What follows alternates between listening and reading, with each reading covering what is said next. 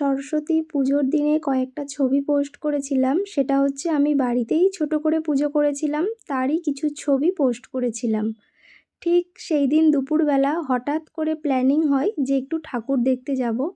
আর এই সরস্বতী পুজোর দিন বেরোনো এটা কিন্তু বেশ আনন্দের। সেটা হয়নি প্রায় মোটামুটি 9 থেকে 10 বছর হয়ে গেছে। মানে কোনোভাবেই বেরোইনি। মানে 7-8 বছর বিয়ে হয়েছে, তো সেভাবে কোনো দিনই বেরোইনি। আর কলেজে পড়তাম তখনও বেরোইনি আর কি। যে একমাত্র স্কুলে যখন পড়েছি তখনই বেরিয়েছিলাম।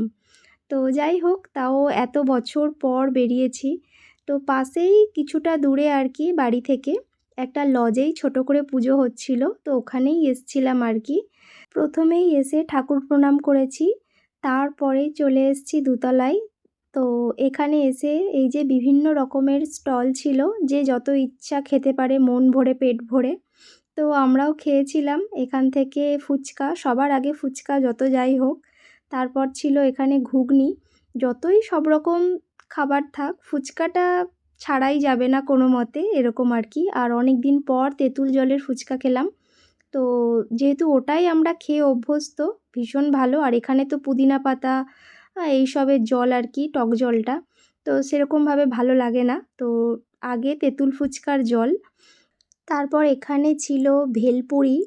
তো এটাও একটা নিয়েছিলাম, মোটামুটি লেগেছে, অতটা খারাপ নয় বা অতটাও ভালো নয়। তো এখান থেকে এটাও একটা নিয়েছিলাম। তো মোটামুটি আরও কিছু ছিল এখানে, এই যে জিলেপি। তো এটা হচ্ছে খুব ভালো লেগেছে, এখান থেকে জিলিপিও একটু নিয়েছিলাম।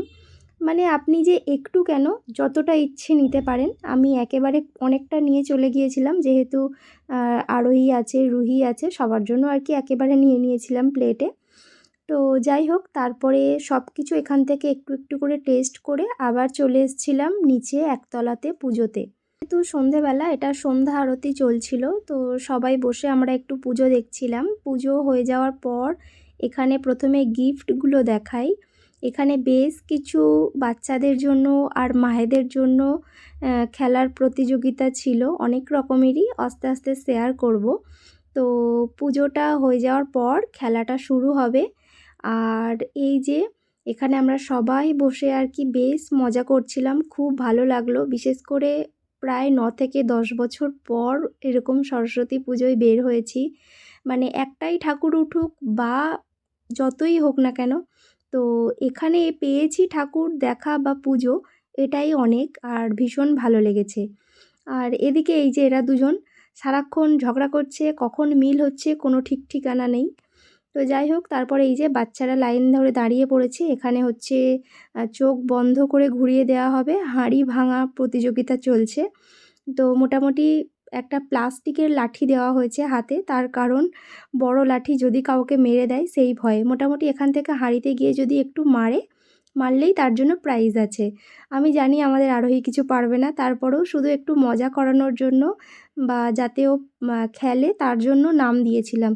কিন্তু আমি বুঝতেই পারিনি ও হাঁড়ি পর্যন্ত চলে যাবে, কিন্তু মারেনি, হাঁড়িটা টপকে চলে যাচ্ছিলো, সেই কারণে কোনো গিফটও পায়নি। কিন্তু প্রত্যেকটা বাচ্চাকে দেখলাম বেশিরভাগ লাইনের বাইরে চলে যাচ্ছে। ও যে গেছে অতটা, ওটাই মানে আমি খুশি হয়েছি আর কি। তারপর এখানে ওই যে বল ছোঁড়া খেলা ছিল একটু বাচ্চাদের। তারপর এখানে মায়েদের জন্য মোমবাতি জ্বালানো, আমিও জ্বালিয়েছিলাম মাত্র 13টা। তো যাই হোক, আমার থেকে আরও অনেকে অনেক বেশি জ্বালিয়েছে। তারপরে এই একটা নতুন খেলা ছিল, এটা আমি প্রথমবার দেখলাম।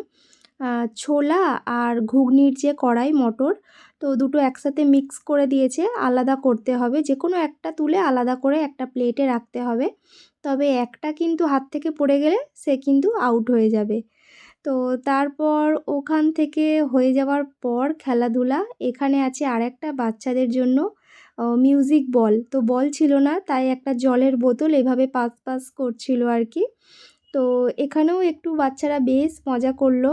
তবে বিশেষ করে সরস্বতী পুজো কী জিনিস আরোহী কিন্তু একেবারেই জানতো না। তো সেটা আর কি একটু দেখলো, মজা করলো, এটাই অনেক। তারপর রাতে খাওয়া দাওয়া ছিল, এই যে ভেজ বিরিয়ানি, রায়তা ছিল, আর হচ্ছে লাস্টে আইসক্রিম ছিল। তো খাওয়া দাওয়া করলাম, করার পর এখন হচ্ছে আমরা বেরিয়ে যাব, প্রায় রাত 11টা মতো বেজে গেছে। তো আপনাদের এই ভিডিওটি কেমন লাগলো অবশ্যই জানাবেন। আমাদের তো ভীষণ ভালো লেগেছে। তো আপনাদের যদি ভালো লাগে অবশ্যই একটিবার কমেন্ট করবেন। আর আরও ভিডিও আস্তে আস্তে শেয়ার করব, তবে এই ভিডিও দিতেও অনেক দেরি হয়ে গেল।